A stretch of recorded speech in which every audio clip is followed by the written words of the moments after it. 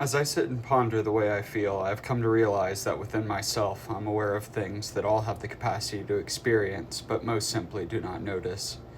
Within my mind, I have a very consistent sort of existence. This is only changed through some form of outside influence.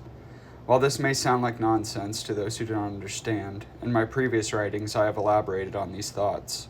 I woke up today unaware of why I felt a urgent disharmony in my body.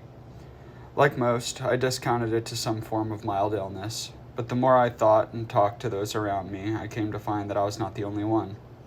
In fact, all those aware enough to notice described nearly the same feelings as myself. In my own experience, coincidences are only a word used to describe forces at work we do not understand. Based upon this profound possibility, I have made it my sole focus in life to observe all things in my sphere of awareness and do my best to connect all I can. Through this great effort, an underlying pattern begins to emerge. One can say I connect things that have no connection to suit my own worldview, but the truth of the matter is that the pattern I speak of is one that does not fit in the reality I was previously aware of. Another time I will elaborate on the specifics of my experience, but for now my point is one of an entirely different nature. Life, when viewed through the lens of previous experience, can seem to make sense as long as one ignores things that don't align with those things that have happened before. If you closely examine all the things that happen in the course of your life and only acknowledge the things that can be explained, a lot is lost. We all do, say, and see things that don't make any sense when taken out of logical causative order.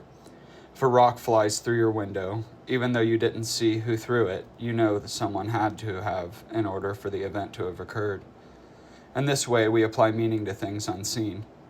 Most take all we see at face value and use no thought of their own to extrapolate the course of events any further than is necessary to explain things on the surface. Those trained to understand things on a deeper level take this a step further. For example, a psychologist that experienced the rock event would not only want to know who threw the rock, but also what psychological processes led to this person doing so. If this same doctor happened to know the person who threw the rock, another train of deductive thought would begin. What in this troubled soul's life led to the formation of these psychological problems? What can be done to help this poor soul?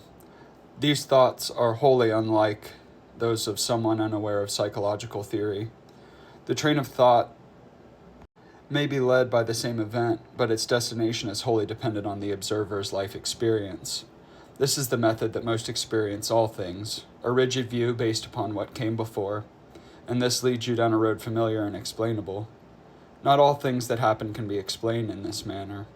In order to truly experience and explain all things, one's worldview must be both fluid and free from the burden of expectation. Unfortunately, this view does not come cheaply. One must be aware of all things within in order to be free from bias projected onto those outside. In order to truly know, one must forget all things thought known before. Our worldview is formed in large part by those around us. It starts with our parents or whoever raised us, and that foundation is built upon day by day through interactions both with the world and with others. As a child grows more aware, their questions become nearly endless, and more often than not almost impossible to answer with anything other than supposition based upon what came before. Children then form their own worldview, not on their perceptions, but on the explanations provided by those they trust.